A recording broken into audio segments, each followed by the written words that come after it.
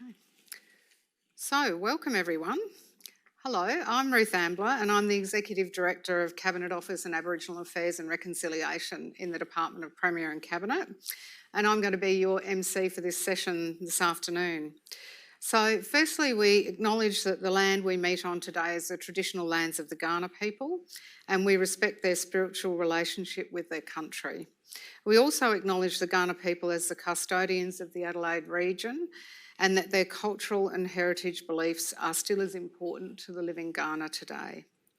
We also pay respects to the cultural authority of Aboriginal people who might be visiting or attending from other parts of Australia this afternoon. So I'm very excited to welcome you to this joint seminar between the Department of Premier and Cabinet and Flinders University. So this forum continues to be a valuable tool for us to discuss issues of strategic importance, to be able to share good practice and develop our networks. And we're really fortunate enough today to have the means to hold this seminar virtually. Of course, in the past we have been face-to-face and maybe we will be again, but it's been fantastic to be able to organise this today. And I think it's meant that more people can attend from other parts of Adelaide or potentially other parts of the country. So I'm really looking forward to hearing more about today's topic, the policy and politics of space, and the opportunities that this presents for South Australia. South Australia, you may or may not know, is home to about 80 space-related organisations, and Australia's first dedicated centre, the South Australian Space Industry Centre, which aims to grow the local space industry. Increasingly, space-based assets such as satellites and ground-based space infrastructure are becoming essential to a country's economy and strategic environment. So thanks very much to Flinders University for hosting the event and to all the speakers. Today's forum provides a great opportunity to connect with people working in similar fields who may not know each other's work. We've held a number of these forums in the past, as I said, and it's proved a really valuable format to be able to present a range of complementary perspectives, and an academic and a government perspective, of course, and that's the great thing about the partnership that we have with Flinders. So I hope you find the forum of interest.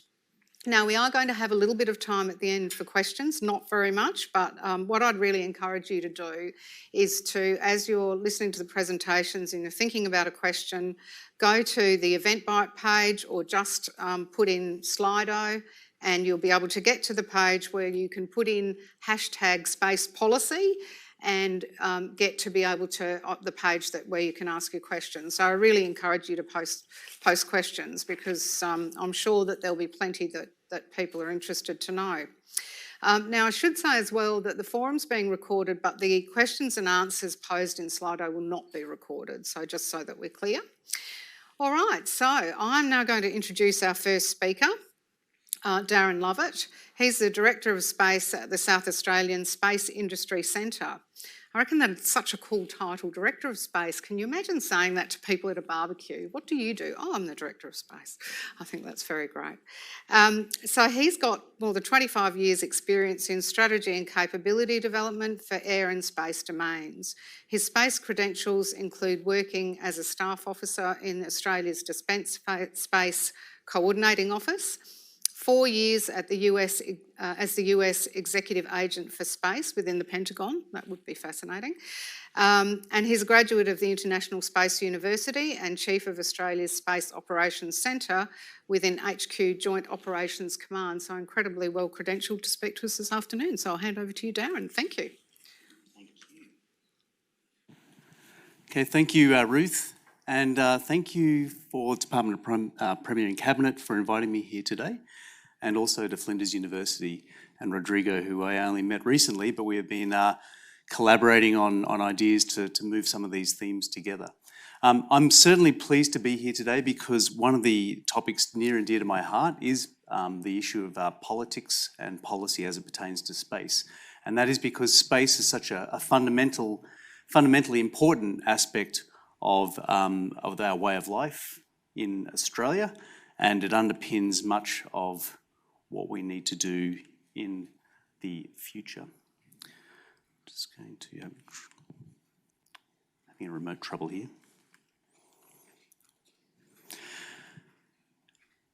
So just recently, on the 20th, or 10 days ago, up at Kaniba, which is just northwest of Ceduna in South Australia, we had the launch of 2 space-capable rockets from Australian soil for the first time since 1967. And these were commercially produced rockets. So gone are the days where governments have been necessary to put large objects in space, and this sort of represents a new wave of what is happening here. Now, aspects of policy allowed this to happen. We had strong support from the Civil Aviation Authority to sort of make this happen, and also policy issues are still being discussed and struggled with as we try and meet the needs for a safe and secure launch portfolio. So some of the things that we're going to consider today are just how does policy shape the commercial environment, and what are we going to need to do to the future in order to allow this industry, this burgeoning industry, to really make way. So what's changed? Now, our Western style of society and our approach to the military way of war is fundamentally reliant upon space and space power. And space, as I've just said, provides critical services that underpin our way of life in society. In many ways, we don't understand the second and third order effects about how space really enables our capabilities in everyday life. And for the last 50 years, space has really been the playground of 2 superpowers, the USSR then and the US back in the Cold War. But things are changing. Friction is increasing. I've taken a snapshot. Some of these are older, but even just recently, Four Corners on the 31st of August is talking about a new space race and some of the tensions that are occurring in the domain that is making the job of space security much more important, and how we police and develop policy around it much more relevant. Now, space as a domain. The United States is presently the world's most dominant space power, and it's wrestling with new strategy about how to address its perceived Achilles heel. So this exquisitely engineered space enterprise that supports both their economic viability and their technocentric style of warfare has been addressed as being under threat. Now, after 20 years, America's newest service since the United States Air Force has been formed, the United States Space Force, and they've produced their capstone document, the SCP, or the Space Capstone publication entitled Space Power. Now, this is the first official sort of publication of space power as a separate and distinct form of military power, and it serves as a foundation upon which to build additional doctrine as new challenges are addressed.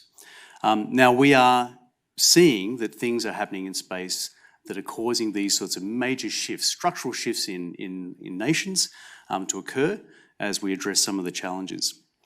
Now, instead of space as a peripheral domain, which is the view that has sort of manifested in space for 50 years, space provides services to the Earth.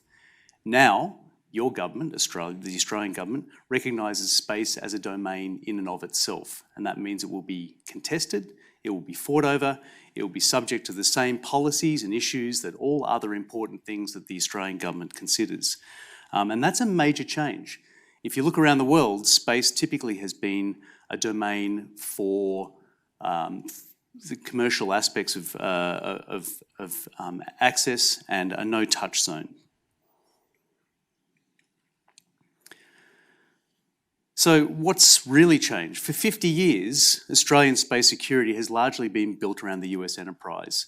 Many billions of taxpayers' dollars have been sent overseas in order to access capabilities that the Australian government hasn't been able to provide itself. It's a very complex and highly optimised system, but the trouble with a lot of this system now, as has been identified in US doctrine and amongst its allies, is that it's very fragile. It's exquisitely built. There are large bespoke systems out there in geostationary and other orbits that are highly vulnerable, and so there's been a need to start to address some of the other aspects of space. Now, what you can see down here in the bottom right is the sort of aspect of commercial space. Space provides many services to humankind, And the benefits to Australia include weather. We have a missile warning, remote observation to help farmers, agriculture and crops, and we also contribute quite extensively to this issue of space domain awareness. So helping understand the commons and helping police that commons through intelligence and information.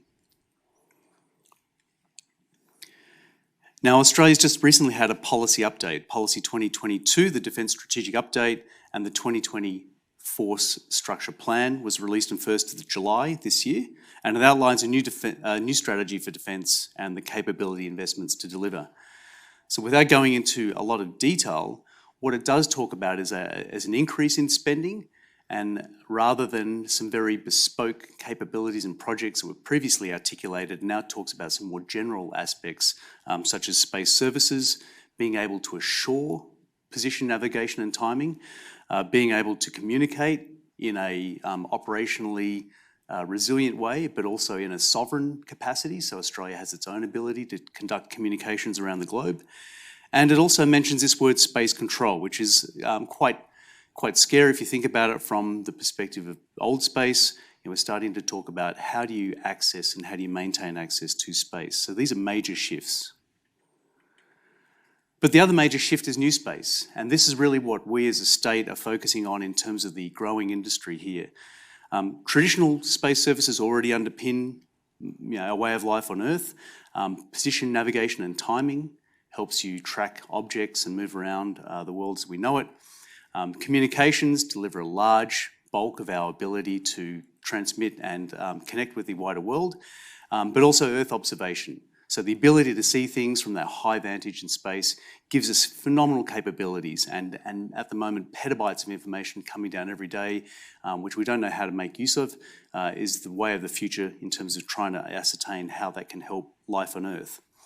But these traditional services, although they will still become important, are being disrupted by new space. New companies, unencumbered by legacy practice and their sort of entrenched, well not entrenched, but their very successful product lines, are being disrupted by these new entrants. And so you can just look at the slide there. 1,700 small sats launched over the last few years, an 11 times uptake in mass increase in terms of some of these smaller satellites. And these smaller satellites can typically be considered as anything under 500 kilograms, but they constitute a new class, taking advantage of technology, miniaturization, and the ability to access venture capital and investor funding that has never been before available to space activities. Now, this is a 2018 snapshot of the global space economy, but it does translate to 2019 quite well. About 360 billion is purported to be revenue for space services, growing to about 1 trillion over the next 10 years. And so that's part of the market that Australia wants to capture. And if we're going to capture that, we have to have some strategies behind it. The Australian Space Agency hopes to access more than 1% of that market, increasing the number of, or the revenue from 4 to 12 billion, and also increasing the jobs from 10 to 20,000 up. So for South Australia, we're about to release a strategy in the near future, and some of the things that we've been working with our industry partners is to encapsulate the niche areas that make sense for a small state, and in fact a small nation in terms of space, about where to focus. So our vision is a thriving and enduring South Australian space sector, supporting national strategy and making use of the opportunities of this new space capability. We've split it up into 3 areas as contribute to the national strategy, capitalise on the opportunities of new space, and cultivate South Australia as a centre of gravity for space activities. And particularly relevant to today's discussion, we've highlighted in one of these areas that we want to support positive norms for space actors, and that really is a cornerstone of our strategy as we build in some of the capabilities within the state, and I guess increase the level of debate and discussion about security and politics as it pertains to this area. And we've got a lot to be thankful for in the state. So this is just another snapshot as well of some of the companies that are building capabilities. We also have academia, research institutions, But these new space companies are fairly small.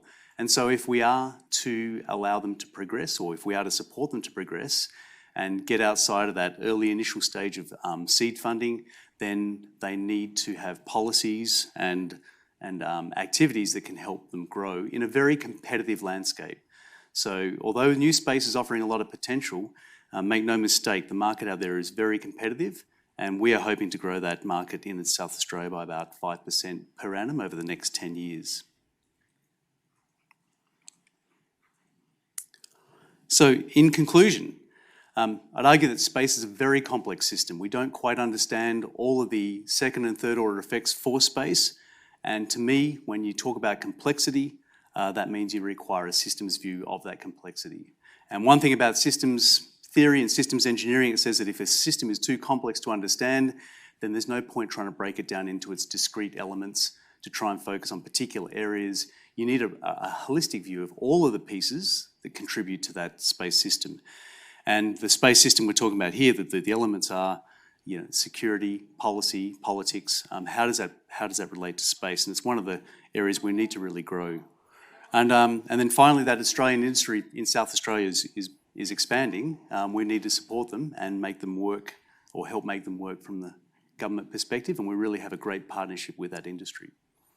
So with that, I think I'll hand over to Rodrigo. Great. Thank you very much, Darren. That was really interesting, and I think it's so important that we are looking at the opportunities to be able to grasp some of that potentially, $1 trillion industry in 10 years. So really important work. So thank you very much. I'll introduce to you now our second speaker. So Rodrigo Pena is the Associate Professor of Politics and Public Policy at Flinders University.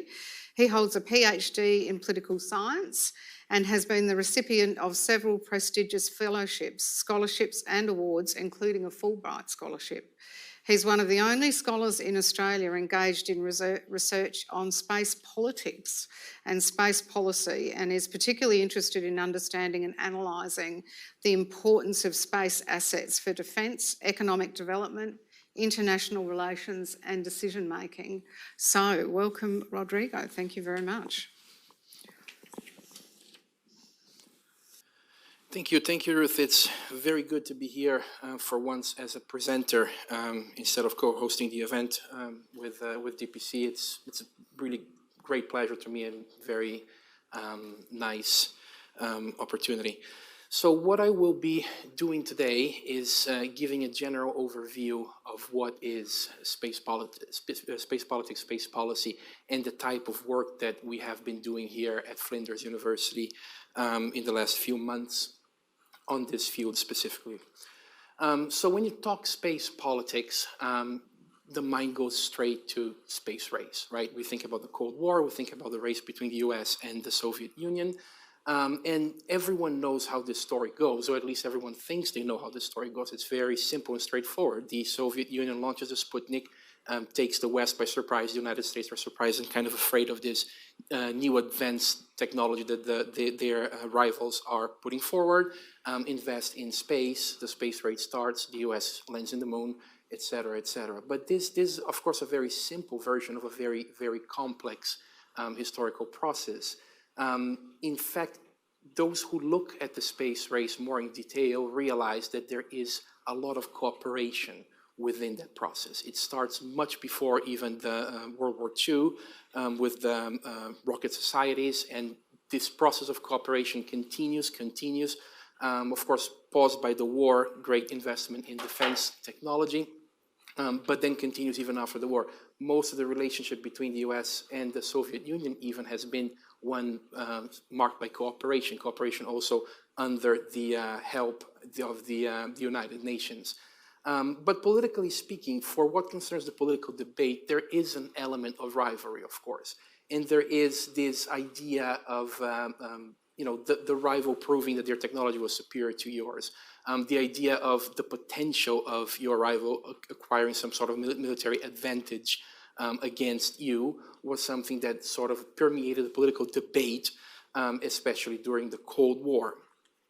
That also means that it shaped a generation. So if you think about baby boomers and Gen Xers, Anyone essentially who watched the moon landing when they were kids or that lived during the period as they were sort of like a young adult or a child, they have this mystique of space, right? It's the idea of every child wanted to be an astronaut. It was the coolest thing to do.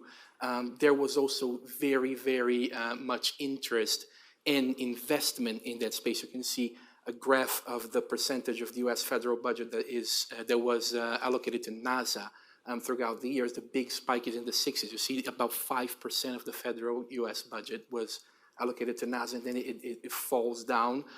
There's a little bit of a spike again in the late 80s, beginning of the 90s, and then there's a sort of like slow but steady decline on how much of the federal budget of the United States is dedicated to NASA, so therefore to space.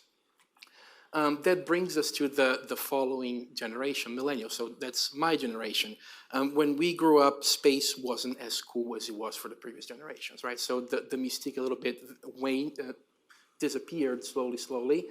The last time in politics that space was front and center in the political debate was in the mid-'80s with Ronald Reagan and Star Wars, which we know now was a bluff, essentially. So there was, since then, there was essentially no moment when space became front and center in the political debate until recently, I would say. In the meantime, however, space development continued and space cooperation continued. In fact, for example, one of the biggest achievements, in my opinion, is the idea that we were able to create a permanent human presence in space with the International Space Station, and that was achieved through cooperation. So again, it's the idea of cooperation that outweighs conflict in terms of how we think about space and how we explore and how we exploit space and use it for the advantage of all nations and all people. In fact, in the meantime, what happened is that the space sector did boom. Nowadays, space technology plays an amazing role in our daily lives. It works for us in ways that, you know, sometimes it's very clear. For example, global positioning systems. We all use GPS and we all understand what it is, and there is a space component to that. But there's many other things where space technology plays a role, and sometimes we don't realize. You know, from finance, agriculture, commerce, weather prediction, disaster management, telecommunication, et cetera, space technology really allows us to do many of the things that we do and that we take for granted nowadays. In fact, the global space economy has reached, according to the Space Foundation, $432.8 billion in 2019. There's some predictions that state that it will get to $1 trillion by 2040. So there's an amazing growth pattern, a very, very strong growth pattern in this space that we need to take into account. That brings us to today. So while the sector is growing, the idea in people's minds is still not there, right? We're not following, at least not as it happened back during the Cold War. So, for example, a recent survey commissioned actually by a toy factory, by Lego, found that American and British children between the ages of 5 and 12 were 3 times more likely to want to become a YouTuber than an astronaut. Now, for those of you who were born at least 20 years ago or more, a YouTuber apparently is a celebrity that lives only on YouTube and exists in the YouTube world only. So apparently children are more interested in that than becoming an astronaut, which is interesting. However, the same survey also polled Chinese children, and Chinese children between, again, the ages of 5 and 12, 50% of them state that they would like to be an astronaut. So there is this divide between the Western world and other realities where space is becoming stronger and more important on a daily basis. And that brings us to what some scholars start calling space race 2.0. So the current space race, the new space race. That is based, of course, on the emergence of new actors. These new actors emerge for a variety of reasons. One of them, as Darren brushed during his presentation, the diminishing of the reduction of the cost in engaging in space activities. Now we don't have to have these enormous satellites. We can launch smaller satellites, much more agile, much cheaper, much easier to maintain, much easier to launch. And therefore it allows a number of other actors that were not able to participate in the very costly space race that happened several years ago, are able now to engage in this space. There's also the fact that these actors realize the importance of the sector, and so they want to be part of it. And there is also a private component. So it's no longer only states that have space capability, but there is also private actors that are participating in this new venture towards the space. On the public side, it's also interesting to see that the fastest growing investment in the space sector is not from countries that we would expect. So the number one was Russia, the second Germany, the third actually was Australia, with almost a 30% increase in our expenditure in space in 2019, and then India. So you see the actors that are starting to grow, and they're growing faster than the others, are not the ones that one usually would associate. Of course, Russia is a particular case, but the other three are not countries that you would associate with the space race to start with. There's also the private side, right? And of course, we tend to focus, or at least the media focuses attention on the big venture, SpaceX and Virgin Galactic, et cetera, et cetera. So these big companies that want to do these very cool, big things in space. But as Darren pointed out before, there is a very large number of medium and small companies that are engaging in this sector that are very important. They're growing very rapidly. According to the Space Foundation, for example, in 2019, commercial revenue grew 6.3%. And space infrastructure and support industries grew 16.1%. So very rapid growth for the sector in general, from 1 year to the other. So that's between 2018 and 2019 alone. And then, of course, there is this, the Space Force created by the United States in 2019. It's a very, very big deal.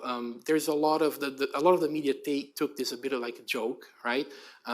Trying to highlight the fact that their crest looks like Star Trek, and there is a show on Netflix that makes fun of them, et cetera, et cetera. But it's a very, very big deal. It is a new branch of the American military. And it's a big deal because up to now, space has not been militarized. It actually isn't really militarized yet. But in the objectives of the Space Force, there is this idea of trying to provide space capabilities to the other armed forces of the United States. So there is at least the beginning of a statement of intention. And if you look into American foreign policy closely, you will see that this is something that the United States has done in the past. It started in 1823 with the Monroe Doctrine, when they essentially ascertained the right of intervening in the entire American continent and excluding it from the intervention of the European powers.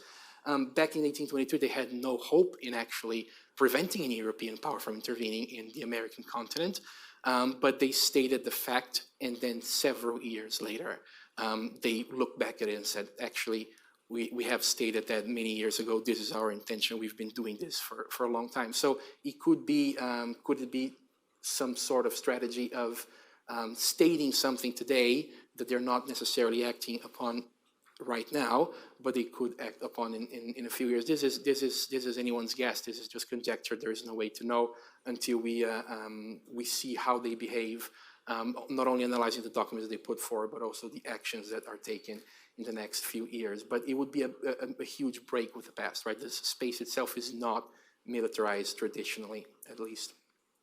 So from a political perspective, Space Race 2.0 provides us the opportunity to look into a very large number of questions, very exciting questions, very interesting questions, and are questions that are understudied.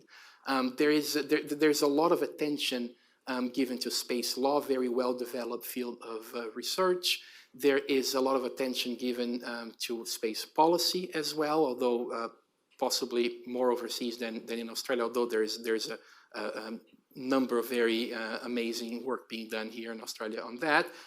There's very little being done on space politics, and especially applying either an international relations lens or comparative politics lens. So from an IR perspective, there's a number of questions that we could look into. For example, what is the consequences to relationships between countries that come from Space Race 2.0 and the new things that are happening in that space. or for example, the impact in general to the global order of this new engagement with space and with the space sector. From an internal perspective, so from a comparative politics perspective, there's also a number of interesting questions that should be addressed. So for instance, how the political process influences lower or higher engagement in space. What are the consequences of the political process to this behavior of states internally? Or for example, the consequences of space activities to the political behavior of individuals. There's of course a very large, there are many consequences to how individuals behave that can come from the activities that a state is pursuing and how they are portraying these to the rest of the population. And of course, all the implications of space activities to decision making is another interesting area of possible research. The one most important of all questions, I think, the one that we'll be spending many, many years, if not decades, looking into and trying to understand what are the consequences of, is the interaction between public space actors, private space actors, and other space actors. This is something that never happened before, not to the extent that it's happening now, and this is something that we need to try to understand. What does it mean? This sort of like introduction of pluralism within the space world, and how will that change and shape the political behavior of actors that are involved in this area. And of course, another major component of this research is always going to be defense and security, right? Especially because space assets must be protected. They have to be protected. We need to build a space infrastructure that is resilient to attack, especially cyber attack. I'll talk about this in just a second. But this is going to be something that we need to understand how to do. We need to understand how to operate, and it's a brand new way of thinking about conflict. That is not the way that we used to think about conflict up to a few years ago, that we're going to have to deal with in the future, the recent future. And of course, there is also the idea of trying to understand what is the role of Australia in this new space era, in this space race 2.0. The first thing is that South Australia, of course, should play a major role in this, and trying to understand in what ways this can happen. And then I think it is mostly a problem of trying to understand capacity and autonomy. So what is the capacity that we've got to engage in space activities, and how can we increase our autonomy? Of course, it all boils down as well to, as I said before, a matter of resilience. So how resilient our space infrastructure is. So these are issues that will be important and discussed within an Australian context as well, not only in an international context. And so this comes to what we're doing at Flinders University. This is in order to explore some of these questions in an organic and systematic way. We created a group at Flinders University that we call the Space Power and Policy Applied Research Consortium.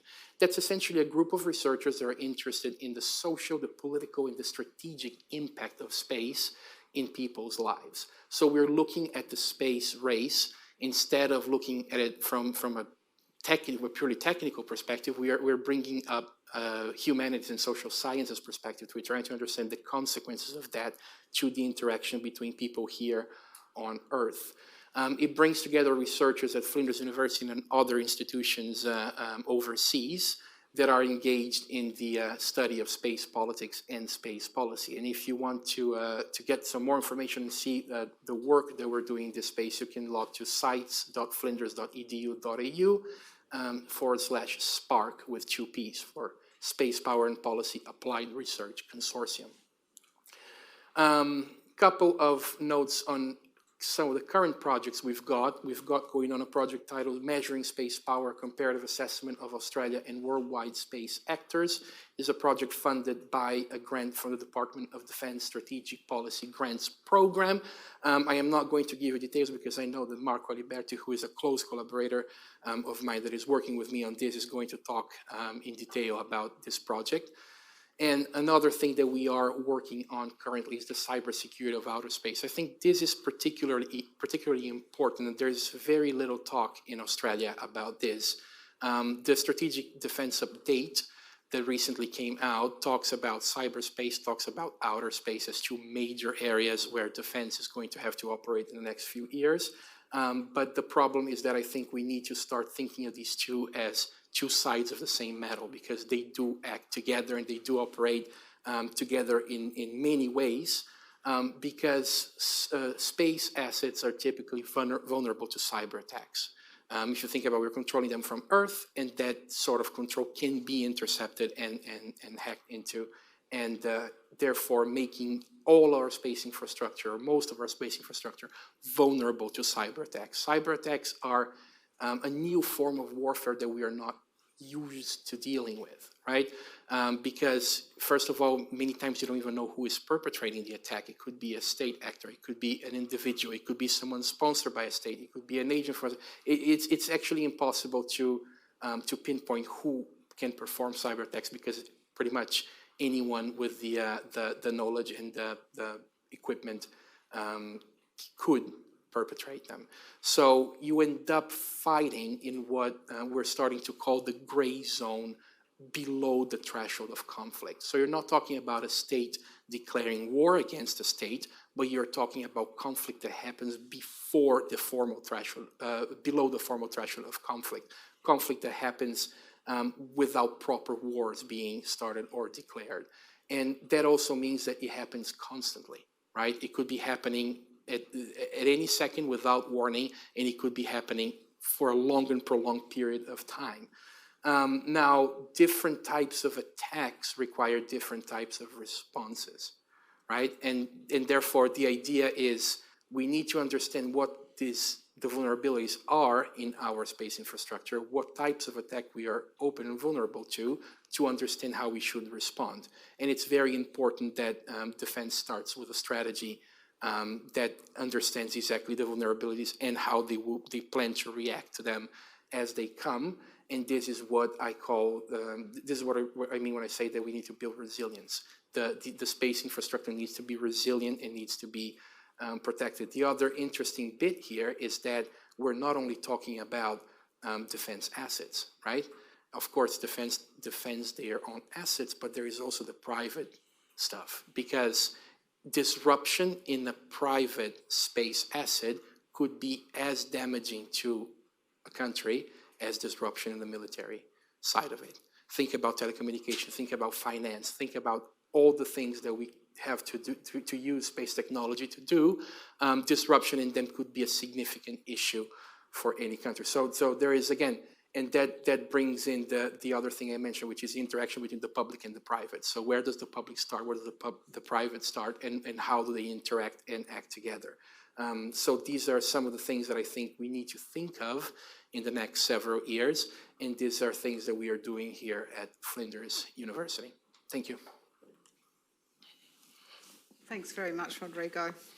I really like the idea that space historically has been cooperative rather than based in conflict. That's a nice concept. And I certainly know what I would prefer if it was a choice between being a YouTuber and an astronaut, but I suspect that's showing my age, so there you go. So now I'll introduce our final speaker. So we're very lucky to have Marco Aliberti joining us from Vienna. He's a senior research fellow at the European Space Policy Institute, where he's carried out and published a number of research projects, including 5 books and dozens of position papers, public reports and conference proceedings, providing European decision makers with informed analysis and advice on a broad range of space policy issues. His research focus areas cover governance and space security issues, access to space and exploration, and Asia's space programs, particularly those of China, Japan and India. So we're very privileged to have Marco here with us today. Thank you, Marco. Hi everyone, thanks a lot for inviting me. It is a great pleasure actually to be at this event. It's such a pleasure actually that to the extent that I did not even protest when I had to wake up this morning. So what I'm going to present today is actually a framework we initially developed at SP, and we are now further refining in partnership with Flinders University and the University of Naples. So within SPARK, actually what Rodrigo presented, a framework for measuring space power and comparing different actors, worldwide actors engaged in space activities. I would start by saying that the very concept of space power has become really popular over the past few years, not only within media outlets or within the academic community. Now you start to find this concept also in policy documents, such as, for instance, the 2016 Chinese white paper on space activities, which interestingly highlights China's overall ambition to assert itself as a space power in all respects. But you also find in military doctrines, for instance, in the very recent doctrines for the US Space Force, but you also find in multiple statements of political leaders. For instance, last year, after the famous anti-satellite test conducted by the RDO, Prime Minister Modi, for instance, affirmed that India had become an elite space power thanks to that successful test. On a similar note, our EU Commissioner Bienkowska actually last year was stating that Europe is a major space power, actually the second in the world, justifying this position with the fact that we have the second largest space budget. But is this a sufficient reason? Now, what we can say is that despite the very almost self-explanatory nature of the concept, we still have a number of outstanding questions regarding the very notion and constituent elements of a space power. First of all, what are the key features that define a country as a space power? Are there specific criteria to differentiate between a space power from another type of actors, let's say an emerging space player or a lesser actor, and how these criteria can be empirically measured and assessed? Eventually, how can a country become a space power or maintain that status, and what are the benefits associated with this status? Now, answering this question is pretty tough, as we have currently no universally accepted definition of space power, let alone a comprehensive theory explaining its actual meaning and what the implications are. This may stem from the very fact that the concept of power is slippery and subject to different conceptualization with regard to both power as an attribute or as a material ability or power as a status. Now, what is interesting actually, if we look at it from a space perspective, what is interesting to note is that this distinction was also present in early space power related literature.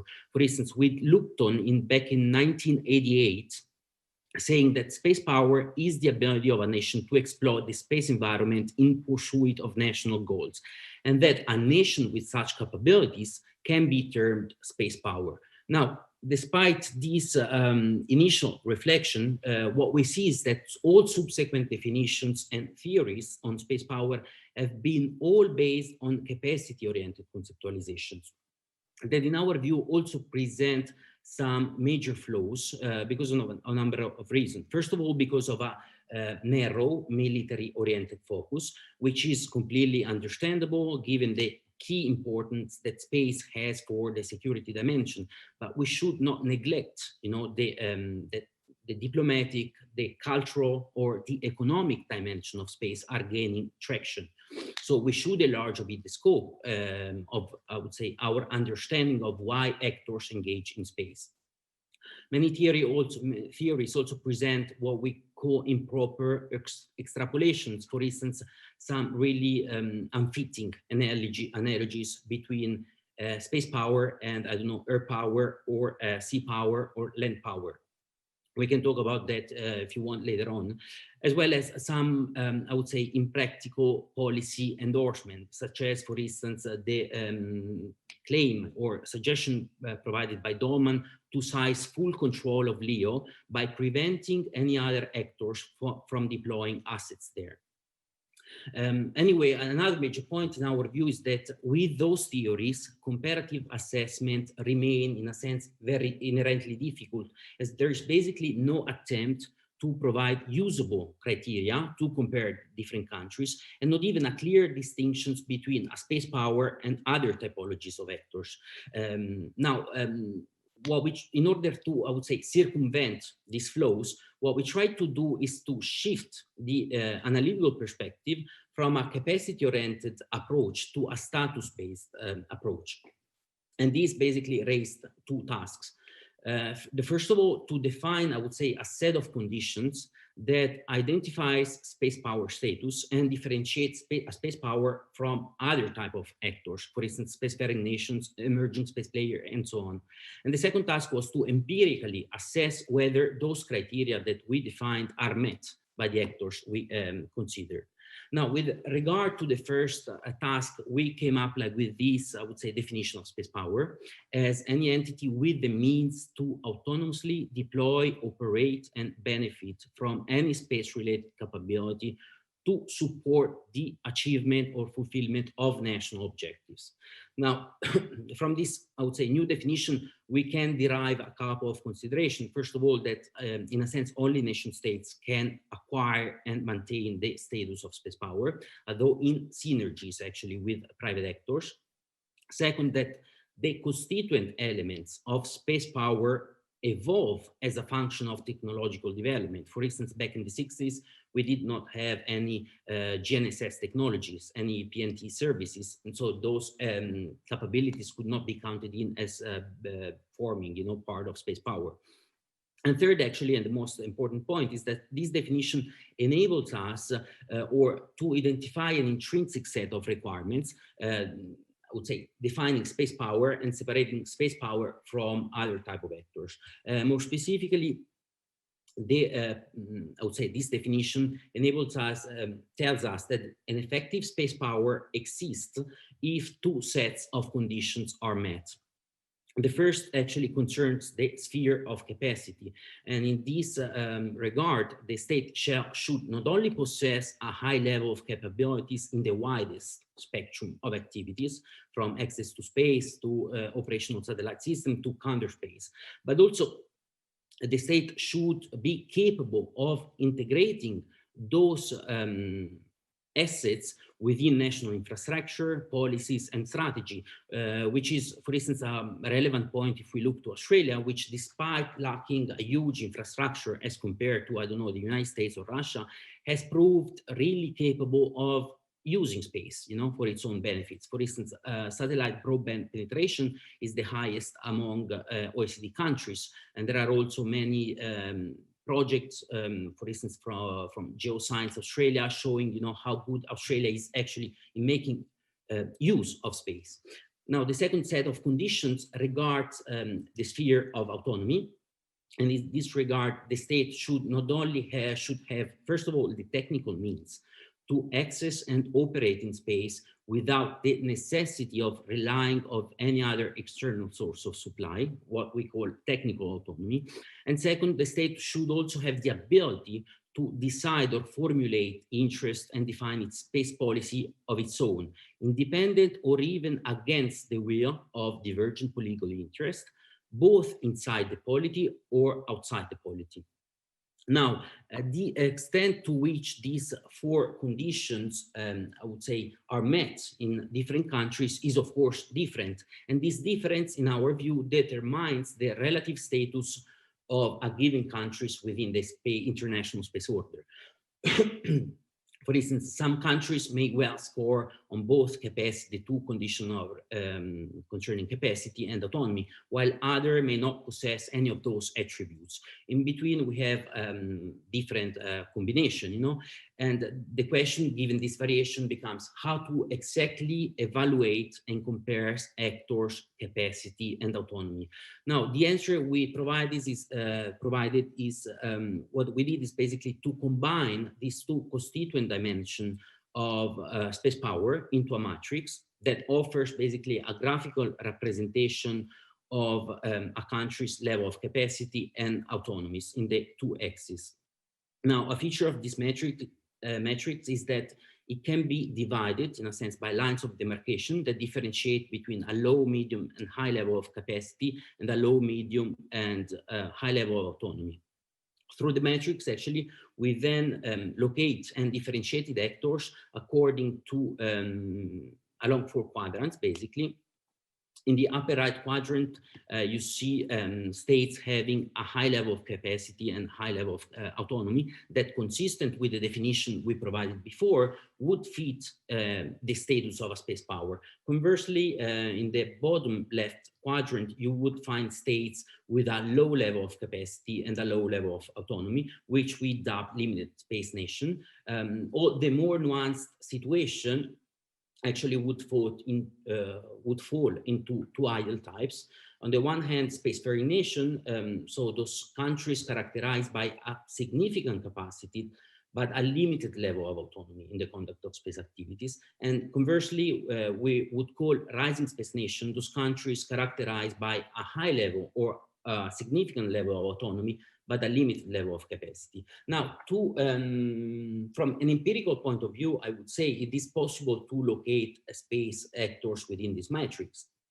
For instance, at a first glance, you would argue that a country such as the United States, which has been heavily investing in space activities for over 60 years, basically, would fall somewhere in the high capacity, high autonomy quadrant. Vice versa, a state like, I don't know, Bolivia or the Philippines, which only recently has expressed, intention or started to be engaged in space, would fall somewhere in the low capacity, low autonomy quadrant.